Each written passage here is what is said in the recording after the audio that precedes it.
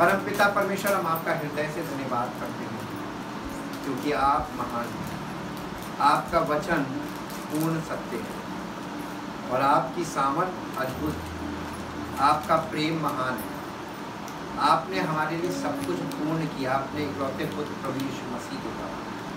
जब हम यीशु मसीह पर विश्वास करते हैं तो उसने हमारे लिए जो उद्धार का काम किया, हम उस पूरे काम पर विश्वास करते हैं कि उसके किए से हमें छुटकारा मिलता है।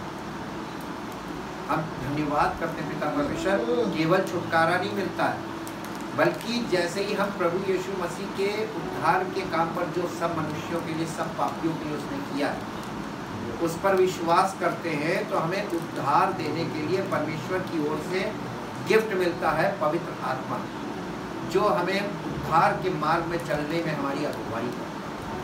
हम धन्यवाद करते हैं उस उत्तम वरदान के लिए जिसके द्वारा हम उद्धार के मार्ग में चलते हैं, उसकी अगुवाई में, और उसकी आज्ञा मानकर हम उद्धार के मार्ग में बढ़ते हैं। धन्यवाद करते हैं पिता परमेश्वर आपके पवित्र वचनों के लिए, जिनके द्वारा हमारा माइंड क्लियर होता है और हमारी सोच बदलती है, क्योंकि आपका वचन मनुष्य की सोच को परखता है, उसके हृदय को परखता है और हमें क्या चीज़ गलत है और क्यों गलत है इस बात में हमको ट्रेन करता है, ताकि हम सही और गलत को पहचानने के लायक बने, ताकि हम परमेश्वर की संतान बने और परमेश्वर की संतान परमेश्वर के स्वभाव के समान होगी, जो दूर ही से परख लेते हैं सही और गलत। और हम चाहते हैं प्रभु आज की शाम पवित्र आत्मा हमारे बीच में ऐसी ही बातें हमको बताए जिनसे हमारे जीवन का निर्माण हो और आत्मिक जीवन में हम उन्नति पाकर आगे बढ़ें और परमेश्वर की महिमा करें। धन्यवाद के साथ इस प्रार्थना को आपके प्रभु यीशु मसीह के नाम से आमीन। Praise the Lord. हम परमेश्वर का धन्यवाद करते हैं। Presence of God part 29, old covenant और न्यू कॉवेनेंट। इसका मतलब है पुरानी वाचा और नई वाचा, पुराना नियम और नया नियम। पुराने नियम में हमने जब लिस्ट बनाई थी तो उसमें हमने आपको बताया था कि हृदय पर पर्दा पड़ा हुआ है, वेल ऑन हार्ट, और नए नियम में वेल रिमूव, पर्दा हट जाता है। ये आज हम देखेंगे कि क्या चीज़ है। हृदय जो है वो केंद्र है जीवन का। ऐसा कौन सा व्यक्ति है यहाँ पर जिसके पास हृदय नहीं, और अगर नहीं होगा तो हृदय के बिना कोई जीवन है? मानव शरीर में सबसे इम्पोर्टेंट जो ऑर्गन है वो है हार्ट, हृदय। हृदय की गति देखिए, हृदय एक ऐसा ऑर्गन है जो पूरे शरीर को ब्लड सप्लाई करता है। पहला का खून देता है, पूरे शरीर में खून दौड़ाता है। खून का दौरा हृदय से ही होता है। तो इसका मतलब हृदय एक ऐसा पंप है जो कंटिन्यू चलता है। आप सोते हैं लेकिन हृदय नहीं सोता। आप सो के उठ जाते हैं, हृदय कंटिन्यू काम करता है। हार्ट कभी नहीं होता। हार्ट एक ही बार होता है। जिस दिन पैदा होते हैं उस दिन से जो शुरू होता है वो अंतिम दिन रुकता है। जिस दिन रुक जाता है उस दिन जीवन खत्म होता है। ये इसका फिजिकल पार्ट है कि शरीर के कोने कोने में ब्लड सप्लाई करता है। लेकिन ब्लड सप्लाई करना क्यों पड़ता है? हर सेकंड में ब्लड को सप्लाई करता है। ऐसा क्या चीज़ है? ब्लड एक बार है, एक बार सप्लाई कर दिया, लेकिन वो थोड़ी थोड़ी देर में ब्लड को क्यों सप्लाई करता है? हृदय गति का क्या कारण? किसी को नहीं मालूम। हमें मालूम किसी को नहीं, सब मेडिकल से जीरो। आप जो सांस लेते हैं, आप ऑक्सीजन अंदर लेते हैं, कार्बन डाइऑक्साइड बाहर छोड़ते हैं, है ना? तो वो जो कार्बन डाइऑक्साइड आपके फेफड़े में आ रही है वो कहाँ से आ रही है? जब आप सांस ले रहे हैं तो ऑक्सीजन अंदर जा रही है, तो अंदर से कार्बन डाइऑक्साइड निकल कहाँ से रही है? हृदय का सबसे महत्वपूर्ण काम, आज सुन लीजिए, फिजिकल ऑर्गन की बात कर रहे हैं, अभी हम स्पिरिचुअल पे नहीं आए। शारीरिक मनुष्य के शरीर में जो हृदय गति है वो हृदय गति खून का प्योरिफिकेशन करती है और शुद्ध लहू को पूरे शरीर में सप्लाई करती है। पंप करती है। जो प्योरिफिकेशन का काम होता है वो कैसे होता है? हृदय के 4 वॉल्व होते हैं। हृदय में एक तरफ गंदा खून आता है, 2 प्रकार की नसें होती है, एक होती वेन, एक होती आर्टरी। आर्टरी और वेन एक गंदा खून लाती है खींच के हृदय में, और एक दूसरी जो है वो साफ खून लेके जाती है। जो गंदा खून लाती है उसी के साथ दूसरा साफ खून लेके जाती है। तो गंदा खून आना, साफ खून जाना, गंदा खून आना, साफ खून जाना, ये फंक्शन होता है हृदय का। और जब आप सांस लेते हैं, ये पंपिंग चलती कैसे है? ब्रीदिंग से चलती है। आप कभी भी नोटिस कीजिएगा, जब आप दौड़ें तो आपकी हृदय गति तेज हो जाती है, आपकी सांस भी तेज हो जाती है। जैसे जैसे आपकी सांस तेज होगी वैसे वैसे हृदय गति तेज होगी। हृदय की गति आपकी सांस की गति के साथ में चलती है। Momentum of heart according to your breathing. जब कोई व्यक्ति घबरा जाता है तो घबराहट में उसको देखिए, उसका हृदय तेज तेज चलने लगता है और उसकी सांस फूलने लगती है। होता है ना? आपका जब भी सांस फूले तुरंत देखिएगा अपनी पल्स, आपकी पल्स हाई हो, ब्रीदिंग से चलता है। तो जितनी बार आप सांस ले रहे हैं और जिस स्पीड में आप सांस लेते और छोड़ते हैं, वही स्पीड आपके हृदय की गति की। ठीक? तो जो लंग्स है, वो लंग्स आपका ऑक्सीजन लेता है और कार्बन डाइऑक्साइड छोड़ता है, और हृदय को तुरंत वो ऑक्सीजन जाता है, वो ब्लड में जाता है, ब्लड प्योरीफाई होता है ऑक्सीजन से। Purification of blood in heart. तो प्योरीफिकेशन का काम करता है शुद्धिकरण, हमारे लहू को शुद्ध करता है, और वो ऑक्सीजन से भरा लहू हमारे बॉडी के हर कोने में। अब आप देखिए, ऑक्सीमीटर चलता है ना, कोरोना हो जाता है तो ऑक्सीमीटर, आपके ब्लड में ऑक्सीजन लेवल मिल जाता है।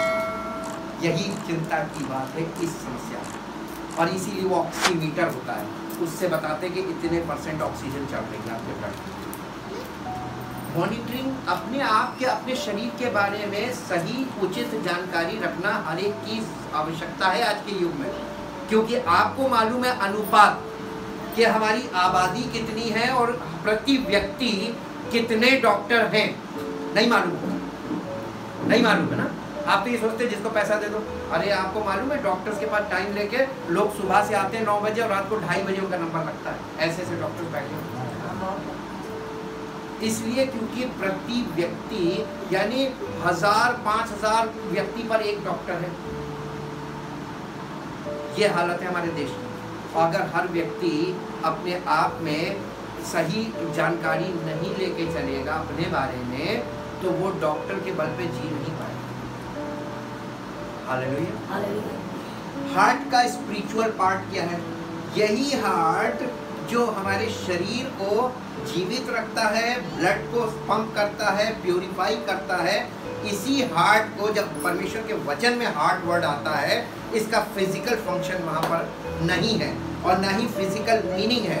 हार्ट का स्पिरिचुअल पार्ट है चाहत का स्थान, सीट ऑफ अफेक्शन, जहाँ पर इच्छा पैदा होती है।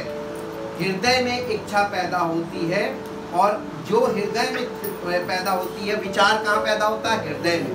इच्छा कहाँ पैदा होती है? हृदय में। और हृदय में जो पैदा होता है उसी के अकॉर्डिंग आपकी बॉडी काम करती है। आपका माइंड उसी के जैसा होता है। जो विचार आपके दिल में पैदा हो रहा है, वही विचार आपके मन से और आपके एक्शन से, आपके बिहेवियर से वही चीज़ आगे सामने वाले को जाती है। जैसे एक ईवल व्यक्ति का जो हार्ट है वो ईवल थॉट से भरा होता है।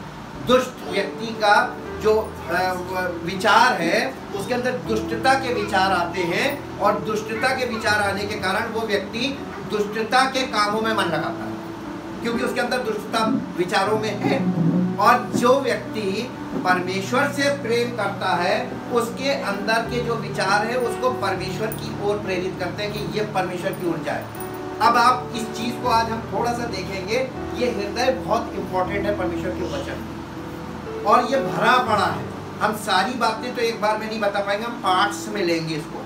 सबसे पहले आप ये देखिए कि परमेश्वर ने जब अब्राहम को बुलाया था और अब्राहम से वायदा किया था, उस वायदे का चिन्ह ठहराया था शरीर में शारीरिक खतना।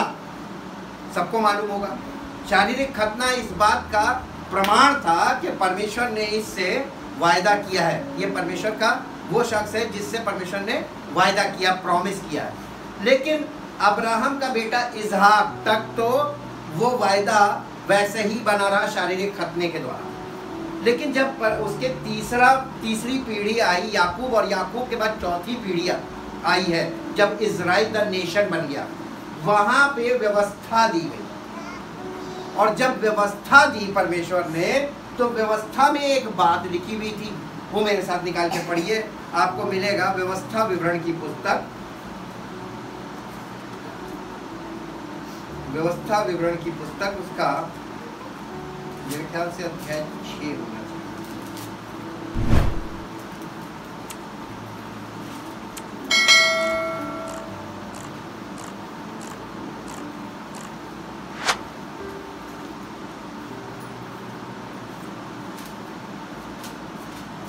व्यवस्था विवरण की पुस्तक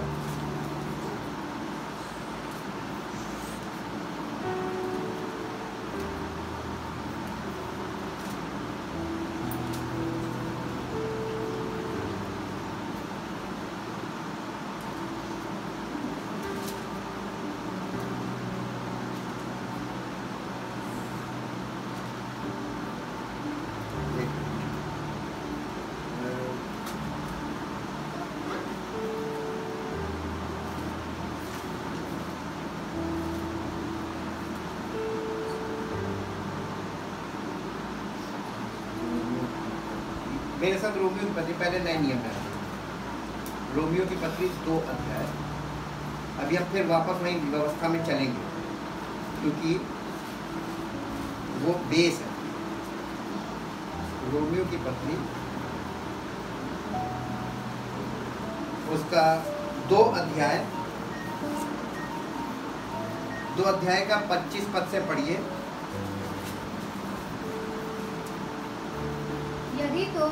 यदि तुम व्यवस्था पर चलो यदि तुम व्यवस्था पर चलो तो खतने से लाभ तो है, परंतु यदि तू व्यवस्था को ना माने तो तेरा खतना बिन खतना की दशा ठहरा। ये वाली कंडीशन ये थी कि अगर तू व्यवस्था के अनुसार चले तो खतने से लाभ है, और अगर तुम व्यवस्था के अनुसार नहीं चल रहे हो तो तुम्हारा खतना होना ना होना बराबर है। यही तो कहने का मतलब है, खतना बिन खतने की दशा ठहरा। तो अब्राहम के बाद इसहाक तक तो, याकूब तक तो खतने का इफेक्ट रहा, यानी परमेश्वर की वाचा का कि वो अपने पिता के अनुसार बेटा चला और बेटे के अनुसार वो पोता चला, दादा के अनुसार। 3 पीढ़ी तक तो ये लोग चले। 3 पीढ़ी के बाद क्या हुआ? 3 पीढ़ी के बाद गड़बड़ी हुई। आगे पढ़िए। इसलिए यदि खतना रहित मनुष्य व्यवस्था की विधियों को माना करे तो क्या उसकी बिन खतना की दशा उसकी बिन खतने की दशा खतने के बराबर ना गिनी जाएगी? नए नियम में आकर इस चीज को क्लियर किया जा रहा है कि आज के युग में अगर कोई खतना रहित, यानी खतना रहित व्यक्ति जिसका खतना नहीं हुआ है, अगर वो परमेश्वर की आज्ञा को माने तो वो उसकी बिन खतने की दशा खतने के बराबर ना गिनी जाएगी, यानी उसको खतना कराने की जरूरत नहीं, वो ऐसे ही खतने वाला कहलाएगा। करेक्ट? आगे पढ़िए। और जो मनुष्य शारीरिक रूप से बिन खतना रहा यदि वो व्यवस्था को पूरा करे तो क्या तुझे अब ये खतने वालों की ओर इशारा है कि क्या तुझे जो लेख पाने और खतना किए जाने पर भी व्यवस्था को माना नहीं करता दोषी न ठहराएगा, क्योंकि यहूदी वो नहीं जो प्रगट में यहूदी है, अब यहूदी नहीं है कोई। आज भी यहूदी जाति है, लेकिन परमेश्वर के सामने अब कोई यहूदी नहीं, कोई अन्य जाति नहीं, यानी खतने वाला भी कोई नहीं और खतना रही भी, अब सब बराबर हो गए। इसीलिए गलातियों में भी लिखा है अब ना कोई यहूदी रहा ना कोई अन्य जाति, अब सब इक्वल हो, सब पापी हैं और खतना तो करा रहे हैं, पाप भी कर, व्यवस्था को कोई नहीं मानता। और यीशु मसीह ने व्यवस्था को फुलफिल भी कर दिया, तो अब कौन सी व्यवस्था मान रहे हो जब व्यवस्था फुलफिल हो गई, है ना? तो अब जब आपको ये परमेश्वर के इकलौते पुत्र ने उस चीज को कंप्लीट कर दिया, तो अब तुम कौन सी व्यवस्था लेकर खड़े हो, है ना? आगे पढ़िए। और ना खतना है, अब और ना खतना है जो प्रकट में है, जो प्रकट में है और देह में, और देह में। अब फिजिकल खतना कोई वैल्यू नहीं रखता, हो तो ठीक, ना हो तो ठीक। अब शारीरिक क्रियाओं से कुछ नहीं मिलेगा। आगे। पर यहूदी वही है, पर यहूदी वही है जो मन में है, जो मन में है, और खतना वही है, और खतना वही है जो हृदय का और आत्मा में है। जो हृदय का है और आत्मा में है। अब एक ही खतना है, कौन सा? हृदय का खतना जो आत्मा में है। इसका मतलब हृदय आत्मिक रूप से बाइबल में इस्तेमाल किया जाता है। हृदय का जो आत्मिक भाव है वो है the heart is the software of our life. ये हमारे जीवन का सॉफ्टवेयर है। अब जैसा सॉफ्टवेयर डालोगे वैसी लाइफ हो। हालेलुया। तो अब कोई खतना पकने का कोई वैल्यू नहीं है। अब फिजिकल धार्मिकता की, शारीरिक धार्मिकता की अब कोई गिनती नहीं है। कोई परमेश्वर देखता ही नहीं। परमेश्वर ये देख रहा है कि क्या कहते हैं, लोग सब कुछ कर रहे हैं, पूजा पाठ कर रहे हैं, दुआ प्रार्थना कर रहे हैं, प्रचार कर रहे हैं, सब कुछ कर रहे हैं, लेकिन साथ साथ वो सारे काम नहीं कर रहे जो संसार के लोग करते हैं। जलन कुड़न भी चल रही है, लड़ाई झगड़े भी चल रहे हैं, ईर्ष्या भी चल रही, क्रोध भी चल रहा है, सब कुछ चल रहा है। एक तरफ नहीं, डबल। अब आप देखिए यहाँ पर हार्ट इस्तेमाल आया ना, पहली चीज हार्ट आया है, और दूसरी चीज सर्कमसिजन ऑफ हार्ट है। सर्कमसिजन ऑफ फ्लेश था ओल्ड कॉवेनेंट में, और लेकिन हम आपको ओल्ड कॉवेनेंट में दिखाएंगे, पुराने नियम में यही नहीं था, केवल शारीरिक खतना नहीं था। उसी समय व्यवस्था में लिखा, में सब निकालिए, व्यवस्था विवरण 30 अध्याय, व्यवस्था विवरण 30 अध्याय, 30 अध्याय, 30 अध्याय का पहले पद से पढ़िए। ये याकूब के बाद जब इजराइल द नेशन बन गया तब की बात है। एक हेडिंग पढ़ी होगी, आशीष और पुनर्स्थापना की शर्तें। आशीष और पुनर्स्थापना की शर्तें, यानी परमेश्वर ने अब्राहम से जो वायदा किया था वो इसहाक और याकूब तक तो बना रहा, वो कंडीशन बनी रही। उसके बाद वो कंडीशन खराब हो गई, तब फिर से उसको रीस्टैब्लिशमेंट हो रहा है। ये परमेश्वर फिर से आशीष की बातें कर रहा है, लेकिन उसमें कंडीशन बदल दी उसने। अब इसको पढ़िए। फिर जब आशीष और श्राप, हाँ, कि ये सब बातें, हाँ, जो मैंने तुझको कह सुनाई है, हाँ, तुझ पर घटे, और तू उन सब जातियों के मध्य में रहकर, जहाँ तेरा परमेश्वर यहोवा तुझको बरबस पहुँचाएगा, जहाँ तेरा परमेश्वर यहोवा तुझको बरबस पहुँचाएगा। इसका मतलब परमेश्वर के लोग सब जातियों में फैल गए। हर देश में आपको हर जाति के लोग मिले, है ना? सब मिक्स होके रह रहे हैं, मिक्स कॉन्ग्रीगेशन हो गई या मिक्स जनरेशन हो गई। अब जब वहां पे मिक्स होके रहने लगे, आगे इन बातों को स्मरण करो, इन बातों को याद करो, और अपनी संतान सहित, अपने सारे मन और सारे प्राण से अपने परमेश्वर यहोवा की ओर फिर कर उसके पास लौट आए। अरे इसका मतलब ये रिपेंटेंस की बात कर रहा, मन फिराने की, है ना? क्योंकि ये सब लोग वहाँ दूसरे लोगों के बीच में रहकर उनकी प्रैक्टिसेस करने लगे। अच्छा, ये लोग ऐसे वर्शिप करते हैं, हम ऐसे करने लगे। आप देखिए सब लोग एक दूसरे की वर्शिप की चीजों को, उनके तौर तरीकों को अडॉप्ट कर रहे हैं। यही हो गया था उस समय। आगे पढ़िए क्या लिखा। और सब आज्ञाओं के अनुसार जो मैं आज तुझे सुनाता हूँ, उसकी बातें माने। परमेश्वर फिर से अपनी वायदे को फिर से फ्रेश कर रहा है कि जब तक तुम मन नहीं फिराओगे और मेरी बातों को नहीं मानोगे, जो मैंने तुम्हारे दादा को दी थी, तुम्हारे पापा को दी थी, उन बाप दादों के अब्राहम, इसहाक और याकूब का परमेश्वर यहाँ पे बात कर रहा है। और अब्राहम और इसहाक और याकूब का परमेश्वर, उसके बाद आगे की जनरेशन का नाम नहीं लगा, 3 नाम आए बस। इसके बाद जनरेशन बिगड़ गई, ये नेशन बन गया, पूरा राष्ट्र बन गया, अब ये संख्या में बढ़ गए और ये सब 12 गोत्रों में बढ़ गए, डिवाइड हो गए अलग अलग तरीकों से और इन सब चीज़ों से कबीलों में बदल गए। और फिर परमेश्वर ने इसको फिर से रिन्यू किया अपने वायदे को। आगे पढ़िए। तब तेरा परमेश्वर यहोवा तुझको बंधुआई से लौटा ले आएगा। कब? कंडीशन है ना, पहले परमेश्वर की ओर फिरो, अपना मन फिराओ, अपना दिल फिराओ, और तब परमेश्वर यहोवा तुमको बंधुआई में से निकालेगा। अब कंडीशन आ गई जी। और तुझ पर दया करके उन सब देशों के लोगों में जिनके मध्य में वो तुझको तितर बितर कर देगा, फिर इकट्ठा करेगा जी। चाहे धरती के छोर तक तेरा बरबस पहुंचाया जाना हो, यानी तुम पृथ्वी के किसी कोने में क्यों ना रहते हो, परमेश्वर तुम्हें वहां से निकाल रहा है। इसका मतलब अब पूरी पृथ्वी पर परमेश्वर अपने लोगों को निकाल रहा है कि नहीं निकाल रहा? हर जाति हर भाषा में से वो लोगों को निकाल रहा है जो परमेश्वर के अपने लोग हैं। जो मन फिराएगा वो ही उसी का है, और जिसने मन नहीं फिराया उसे छोड़ता जाएगा जी। आगे पढ़िए। तो भी तेरा परमेश्वर यहोवा तुझको वहां से ले आकर इकट्ठा करेगा, और तेरा परमेश्वर यहोवा तुझे उसी देश में पहुंचाएगा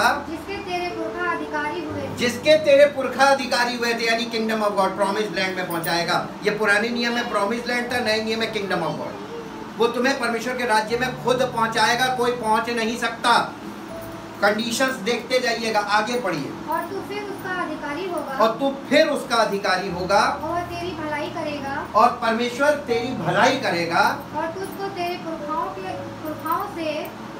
तेरे पुरखाओं से भी अधिक गिनती में अधिक बढ़ाएगा, पुरखाओं से भी ज्यादा गिनती में अधिक बढ़ा देगा जी। और तेरा परमेश्वर यहोवा तेरे और तेरे वंश के चौथी और पांचवी और छठी और सातवीं उसके आगे की सारी पीढ़ियों के मन का खतना करेगा। ये पुराने नियम में ही आ गया। इजराइल द नेशन के लिए ये कंडीशन रखी थी, तुम्हारे दिल का खतना।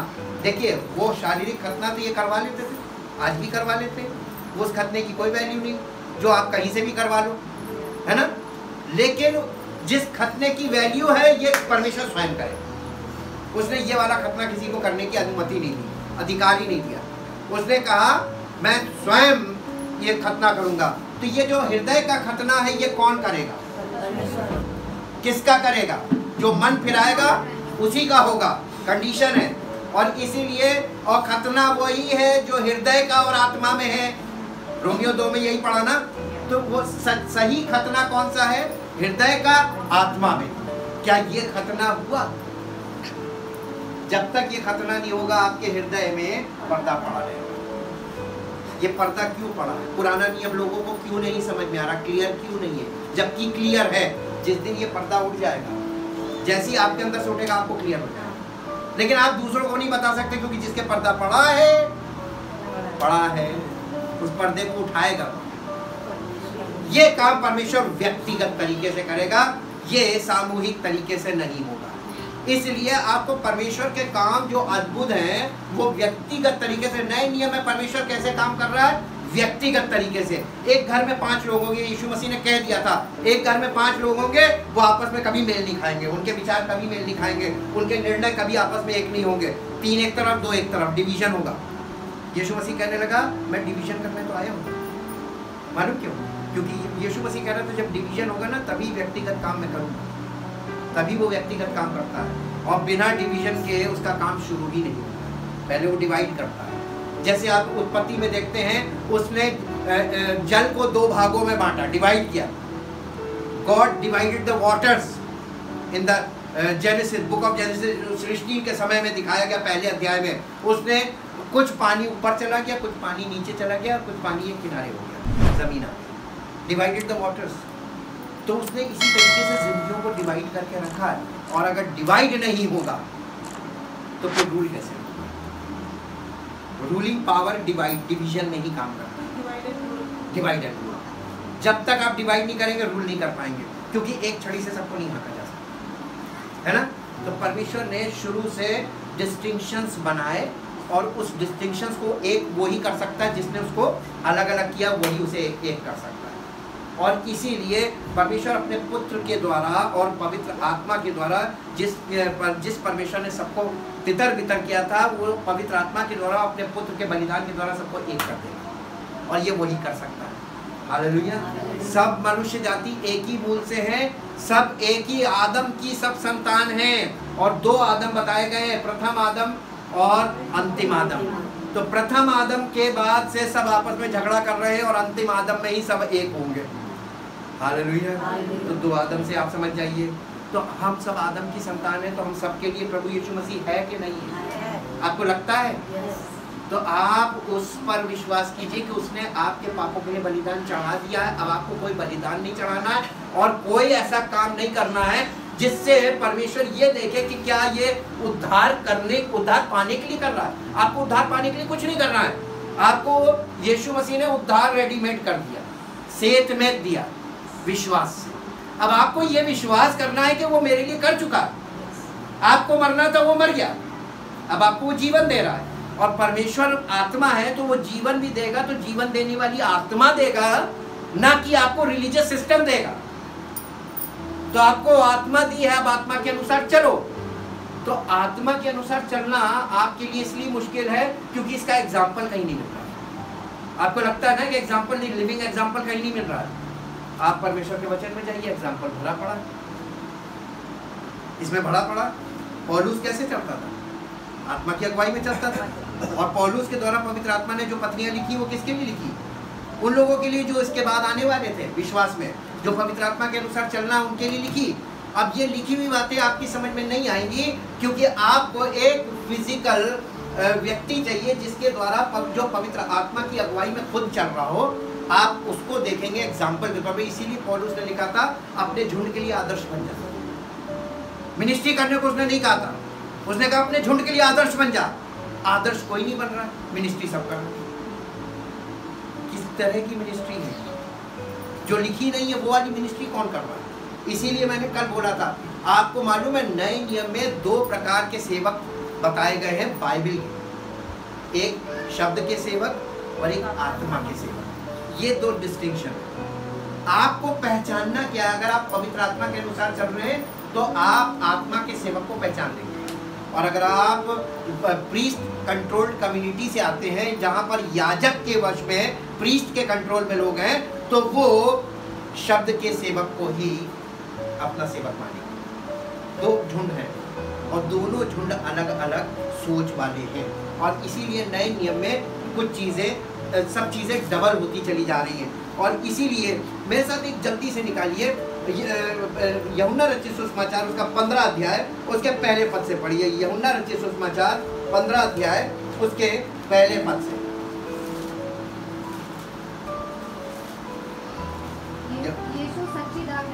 यीशु सच्ची दाखलता, सच्ची दाखलता मैं हूँ, सच्ची दाखलता मैं हूँ, और मेरा पिता किसान है, और मेरा पिता किसान है, जो डाली मुझ में है, जो डाली मुझ में है, और नहीं फलती। यीशु मसीह में दो प्रकार के लोग हैं, यहाँ पर साफ साफ बता रहा। जो मैं दाखलता हूँ यानी तना, और जो लोग हैं वो हम और आप, हम लोग जो हैं वो डालियाँ हैं। तो दो प्रकार की डाली है मसीह में।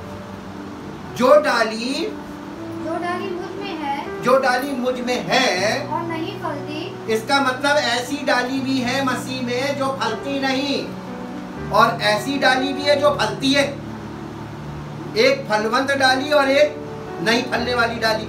जैसे मैंने कल बताया था, अच्छा पेड़ बुरा फल नहीं ला सकता, और बुरा पेड़ अच्छा फल नहीं ला सकता, है ना।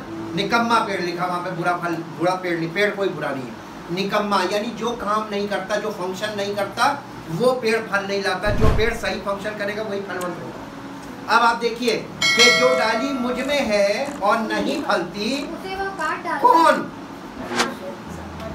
किसान। तो किसान कौन है? उसने बताया तो है, मैं दाखलता हूँ और तुम डालियां हो, मेरा पिता किसान। तो परम पिता परमेश्वर गॉड द फादर क्या है? किसान। तो यीशु मसीह बता रहा था कि देखो मैं तो डाली हूँ, दाखलता हूँ यानी अंगूर की बेल हूँ, और उसमें फल काहे में लगता है? बेल में लगता है कि डाली में लगता है? नहीं, डाली में। बेल में डाली होती है और डाली में फल होता है। हमेशा याद रखिए। तो फल कहाँ लगता है? तो दो प्रकार की डालियां हैं मसीह में। दो प्रकार के लोग हैं, एक फलेंगे एक नहीं फलेंगे। जो नहीं फलेंगे उन्हें पिता काट डालता है, और जो फलती हैं और जो फलते हैं उसे वो छांटता है, फलने वाली को छांटता है। ताकि छांटने का मतलब उसको और छोटा करता रहता ताकि और बढ़े और फले। जब डाली को छांटा जाता है उससे फल बढ़ता है। तो जो फलवंत लोग होते हैं वो छांटे जाएंगे, है ना। छांटने का मतलब ये है कि करेक्शंस, जिसमें ज्यादा करेक्शन होंगे वो ज्यादा फलेगा, जिसमें करेक्शन नहीं होंगे वो नहीं फलेगा।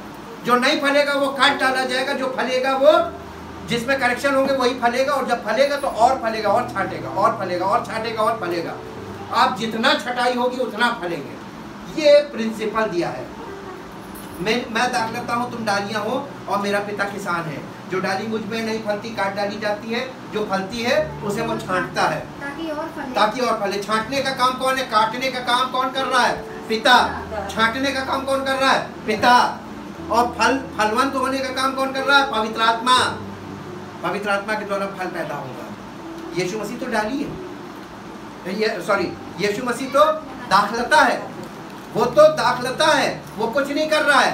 दाखलता डाली दाखलता से जुड़ी रहती है तभी फलवंत होती है ना। और अगर जुड़ी हुई है और फल नहीं ला रही है तो किसान काट देता है, बेकार उसकी एनर्जी ले रही। वही खुराक इसको मिल जाए जो फल रही है, इसको थोड़ा छांट दो ताकि फल बढ़े।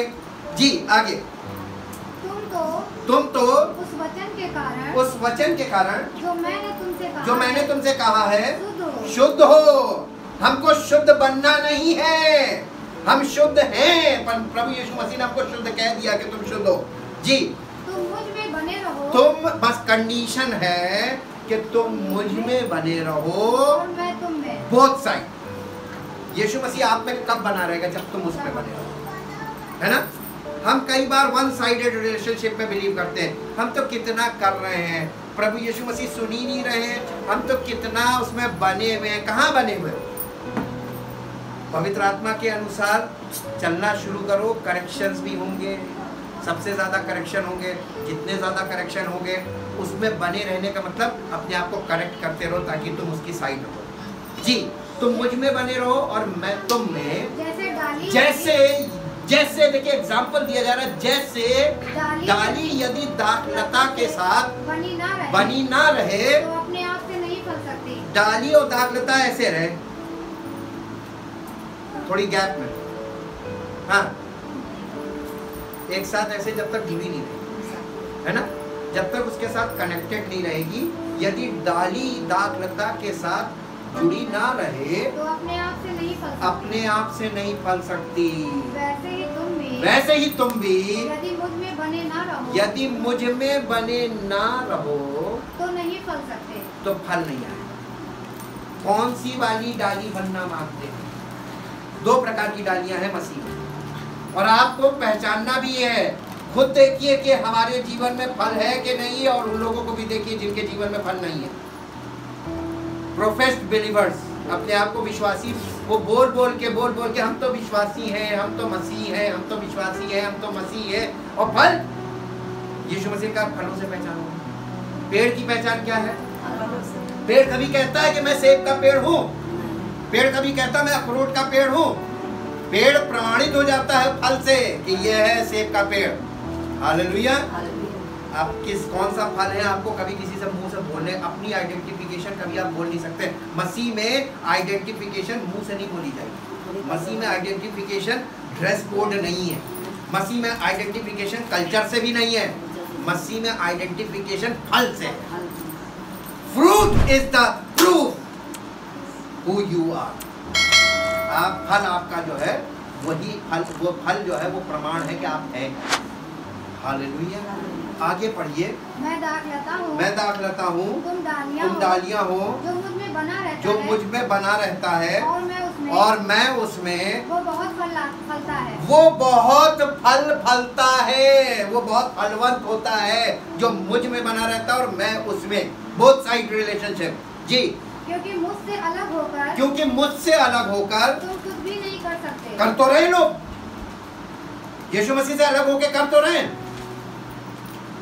बिना पवित्र आत्मा के आप प्रचार कर सकते हैं, बिना पवित्र आत्मा के आप मिनिस्ट्री कर सकते हैं, बिना पवित्र आत्मा के आप बाइबल पढ़ सकते हैं, बिना पवित्र आत्मा के आप प्रार्थना कर सकते हैं। सारा काम बिना पवित्र आत्मा के हो सकता है, लेकिन एक चीज नहीं होगी, फल नहीं आएगा, क्योंकि करने वाला तो यीशु मसीह। जब उसके साथ कनेक्टेड हो, कनेक्शन सही होगा।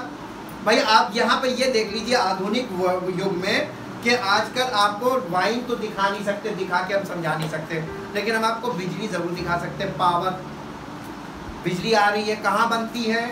पावर हाउस में। वहाँ से कैसे आ रही है? तारों के द्वारा माध्यम से आ रही है। आपके घर तक आप अपनी केबल काट दीजिए और कहिए बिजली नहीं आ रही है।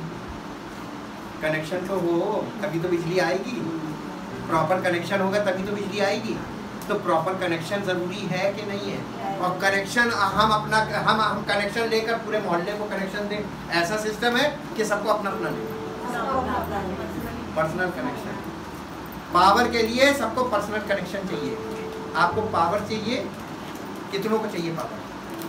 कितनों को चाहिए? अब लीजिए ऑफर मिल रहा है, कोई नहीं आपको, सबको चाहिए पावर, पर्सनल कनेक्शन।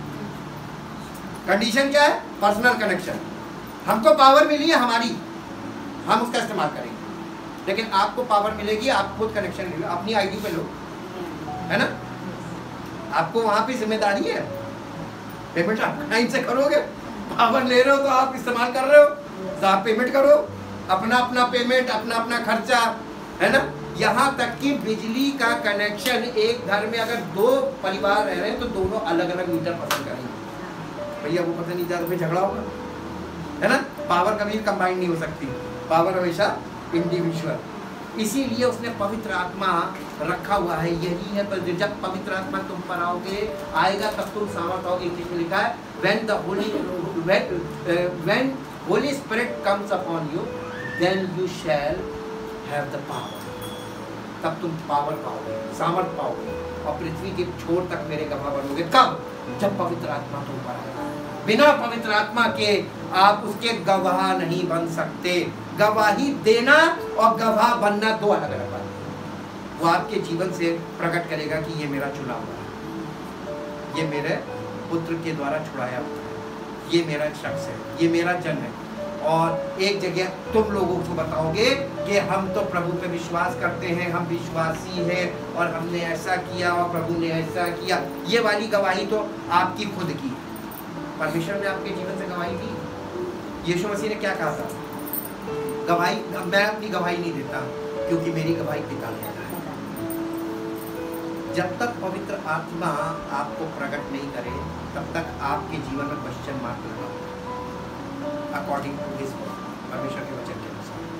और जब तक आप फल से, जिस दिन पवित्र आत्मा का फल, पवित्र आत्मा का फल क्या है? प्रेम। और प्रेम के अंदर वो सारी क्वालिटीज। कौन सा प्रेम? सांसारिक प्रेम नहीं, शारीरिक प्रेम नहीं, रुपए का प्रेम नहीं, परमेश्वरीय प्रेम, निस्वार्थ प्रेम, हाँ, अगापे लव जिसको बोलते हैं, वो तुम्हारे अंदर पवित्र आत्मा के द्वारा वो तुम्हारे अंदर पैदा होगा। और जिस दिन वो पैदा होगा, फल बढ़ता कैसे? फिर प्रेम के साथ विश्वास पैदा होगा, फिर धीरज पैदा होगा, फिर ये सेल्फ कॉन्फिडेंस आएगा, फिर क्या बोलेंगे, सेल्फ कंट्रोल आएगा, हाँ, संयम जिसको बोलते हैं, आनंद आएगा, हाँ, धीरज आएगा। ये सारी चीज़ें, वो क्वालिटी वो प्रेम से ही निकलेगी। ये फल बढ़ेगा, मल्टीप्लाई करेगा। पवित्र आत्मा का फल केवल प्रेम। और अगर निस्वार्थ प्रेम, अगापे लव तुम्हारे अंदर पैदा हुआ तो वहाँ से फल बढ़ना शुरू होगा। हालेलुया। तो आपको मसीह में कनेक्शन जरूरी है पहले। तो कनेक्शन हुआ कि नहीं? आपने विश्वास किया कि नहीं? विश्वास में परिपक्व हुए कि नहीं? और आपको पवित्र आत्मा मिला, आप पवित्र आत्मा के अनुसार चल रहे हैं या संसार की रीतियों को पूरा कर रहे हैं? ये एग्जाम्पल सब मैंने रखे हुए हैं। इसीलिए उसने कहा था कि उन लोगों ने मूसा का बपतिस्मा लिया, सबने आत्मिक भोजन किया, आत्मिक जल पिया, उस चट्टान से पीते थे, उनके साथ साथ चलती थे, वो चट्टान मसीह था। उनमें से बहुतेरों से परमेश्वर प्रसन्न हुआ, जंगल में मर के ढेर हो गए। क्योंकि आज ये बातें हमारे लिए दृष्टांत ठहरी हैं ताकि हम भी कहीं ना निपट जाएं उनके जैसे। क्योंकि उन्होंने ये सब कुछ के साथ साथ मालूम क्या किया? लालच भी किया, व्यभिचार भी किया, झूठ भी बोला, सारे गलत काम कर रहे थे। आज भी तो यही चल रहा है। और सबसे ज़्यादा परमेश्वर को अगर कोई चीज़ है तो वो 3 चीजें जो वहां पर लिखी है दूसरा तिमोथियस 3 अध्याय में, lovers of self, lovers of money और लवर्स ऑफ प्लेजर, यानी सुख विलास के, लग्जरी लाइफ के चाहने वाले होंगे और पैसे के मनी माइंडेड होंगे, पैसे पे केंद्रित रहेंगे और स्वार्थी होंगे। मुझे मिले, कोई कहीं भी जाए, कुछ भी करे, मुझे दे।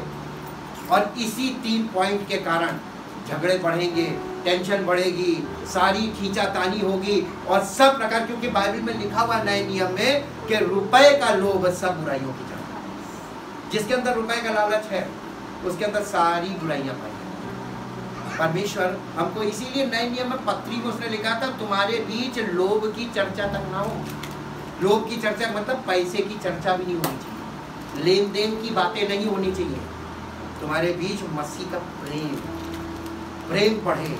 तो परमेश्वर प्रेम है और यीशु मसीह ने 2 ही स्वामी बताए थे, एक धन और दूसरा परमेश्वर। परमेश्वर आत्मा है और वो परमेश्वर जो सच्चा परमेश्वर है, जो आत्मा है, वो पवित्र आत्मा के द्वारा हम आत्मा में बढ़े। पवित्र आत्मा हमें परमेश्वर पुत्र और परमेश्वर पिता से मिलाने का काम करता है, ताकि परमेश्वर पिता का प्रेम, प्रभु यीशु मसीह का अनुग्रह हमारे जीवन में पूरा। हालेलुया। लेकिन लोगों ने सिस्टम्स बना लिए, सिस्टम्स बनाए जो उसी को सिस्टर्न बोला गया। सिस्टर्न का मतलब समझते बर्तन, हौद बना लिए।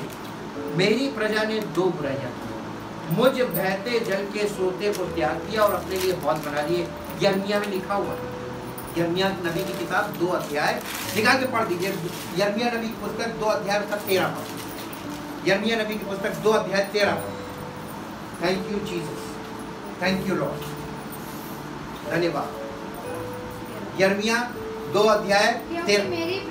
क्योंकि मेरी प्रजा ने 2 बुराइयां की हैं। पहली बुराई क्या है? उन्होंने मुझ बहते जल के सोते को त्याग दिया है। मुझ बहते जल के सोते को त्याग दिया है और उन्होंने हौद बना लिए हैं। अगर मैं टेक्निकल भाषा में कहूँ, उन्होंने सोर्स को छोड़ दिया, रिसोर्स पे आ गए।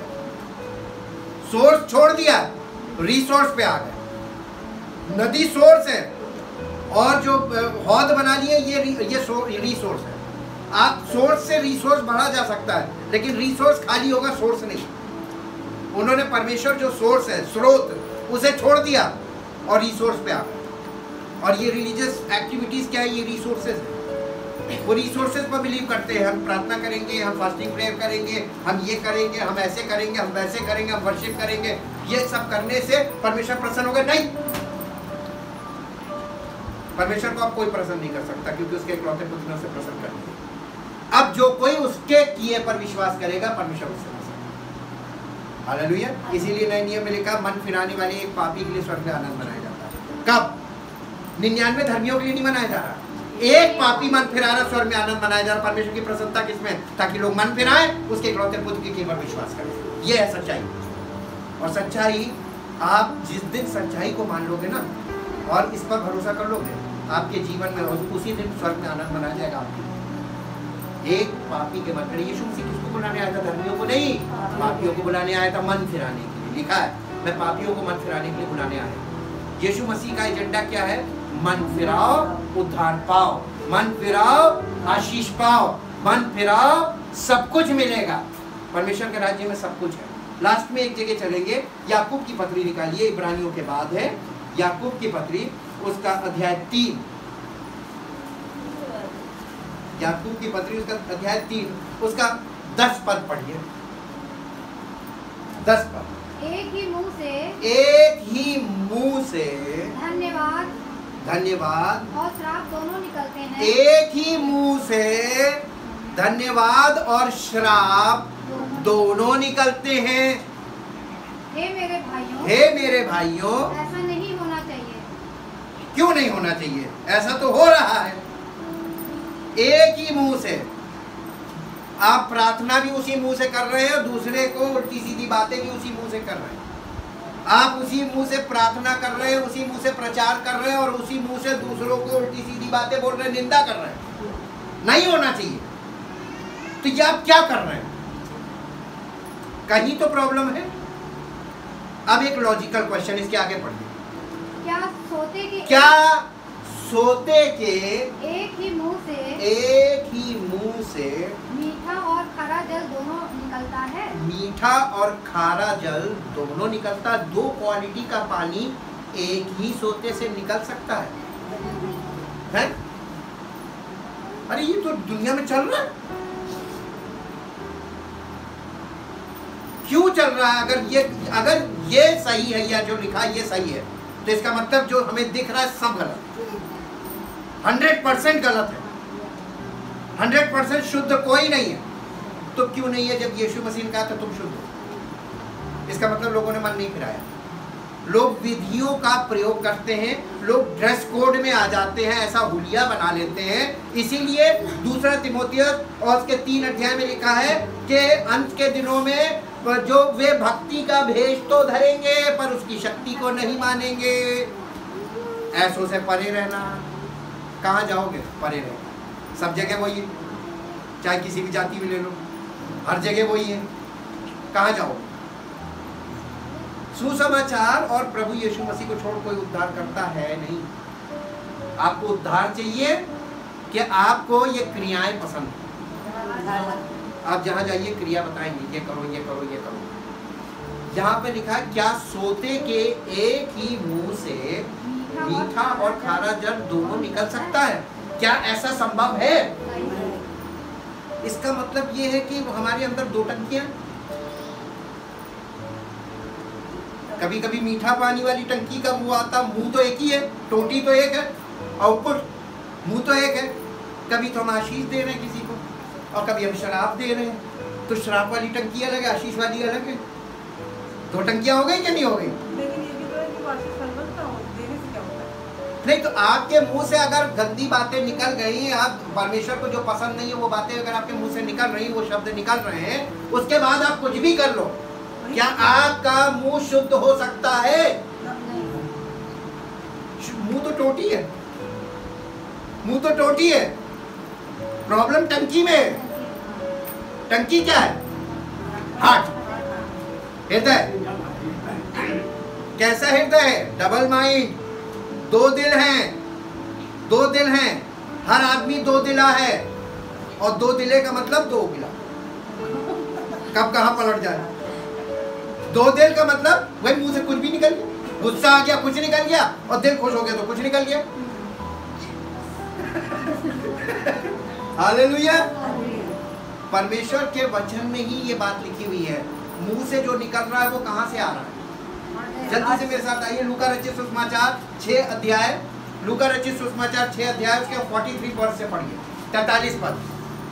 लूका रचित सुसमाचार 6 अध्याय। अच्छा पेड़ नहीं, वो है कोई अच्छा पेड़ नहीं, कोई अच्छा पेड़ नहीं जो निकम्मा फल लाए, जो निकम्मा फल लाए, और ना तो कोई निकम्मा पेड़ है, और ना तो कोई निकम्मा पेड़ है जो अच्छा फल लाए, जो अच्छा फल लाए। यानी पेड़ अपनी जाति के अनुसार ही फल देगा, है ना? तो पेड़ काम करता है फल लाने के लिए, या पेड़ में फल पैदा हो जाता अपने आप? प्राकृतिक है, उसके डीएनए में फल है ना? उसके डीएनए में फल है, तो फल उसके अंदर से निकल आता है। वैसे ही हमारा हृदय जो है ना, ये एक पेड़ के समान है। अगर हमारा हृदय सही है तो जो जैसा हमारा हृदय वैसे ही हमारा जीवन होगा, वैसे ही हमारा व्यवहार होगा। हम अपना व्यवहार बना नहीं सकते। हमारे जैसे हमारे अंदर डीएनए आ रहा, वही डीएनए की हमारी लाइफ होगी। एक आदमी ईमानदारी के पीछे जान दे देता है, और एक आदमी पलट जाता है ईमानदारी में, बेईमान बन जाता है। तो इसका मतलब वो ईमानदार था ही नहीं, ईमानदारी का नाटक कर रहा था। बेईमान आदमी ईमानदार नहीं हो सकता, और ईमानदार आदमी बेईमान नहीं हो सकता। जी आगे पढ़िए। हर एक पेड़ अपने फल से पहचाना जाता अपने है, फल से पहचाना जाता है, क्योंकि लोग झाड़ियों से अंजीर नहीं तोड़ते, और ना झड़बेरी से अंगूर तोड़ते हैं। भला मनुष्य अपने मन के भले भंडार से, अपने दिल के भले भंडार से भली बातें निकालता है, और बुरा मनुष्य अपने मन के बुरे भंडार से बुरी बातें निकालता है। अब कौन सा मनुष्य? 2 प्रकार के मनुष्य हो गए। ये है 2 भंडार। अब वापस फिर वही आएंगे। क्या सोते के एक ही मुंह से मीठा और खारा जल निकल सकता है? हैं? नहीं, मुंह से नहीं मत बोलिए, मुंह से नहीं मत बोलिए। हमें मालूम है कि हमारा माइंड है और कहेगा नहीं हो नहीं सकता, लेकिन हो रहा है इसलिए बोल रहे हैं। परमेश्वर का वचन हमसे प्रश्न कर रहा है, वो इसलिए प्रश्न कर रहा है कि देखो हो तो रहा है।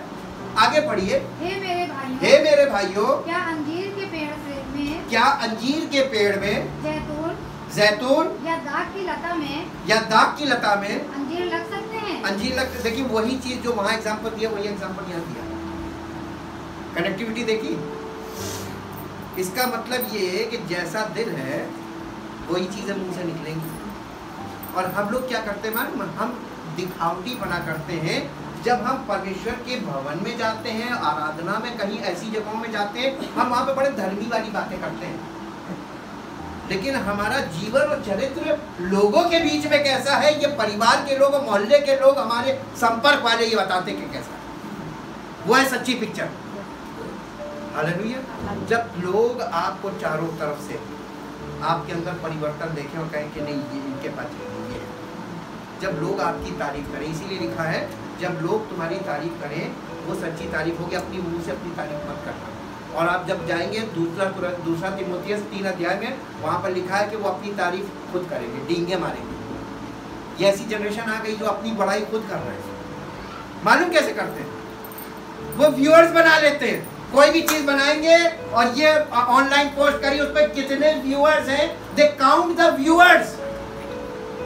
व्यूअर्स की कोई वो नहीं होती है। व्यूअर्स ने ये एक बार, किसी ने एक बार क्लिक भी कर दिया तो वो व्यूअर में आ जाएगा। ये धोखा है।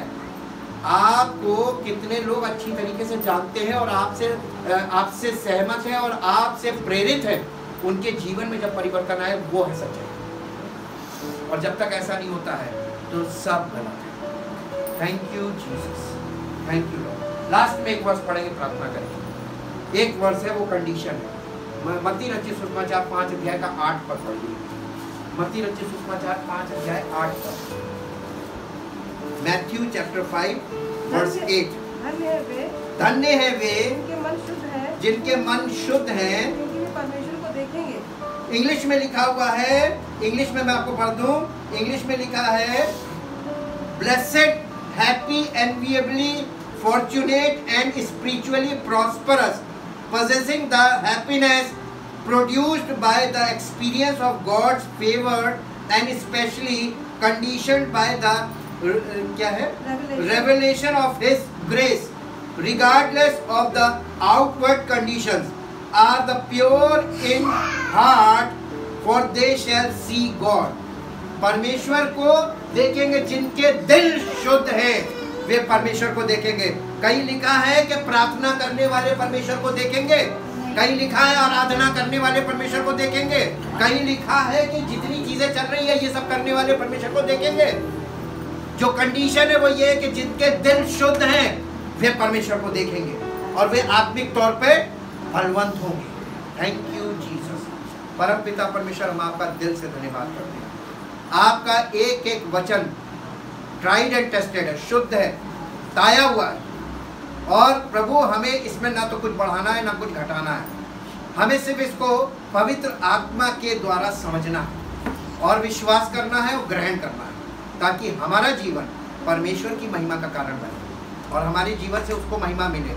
चाहे कोई कितना भी नाराज क्यों ना हो जाए, लेकिन परमेश्वर का अनुग्रह और प्रेम हमें मिले और उसकी महिमा बने।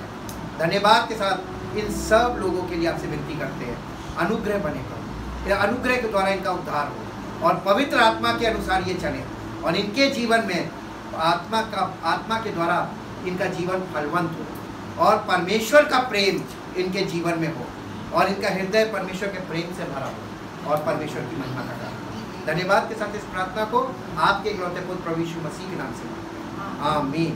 परमेश्वर आपको आशीष दे। Praise the Lord.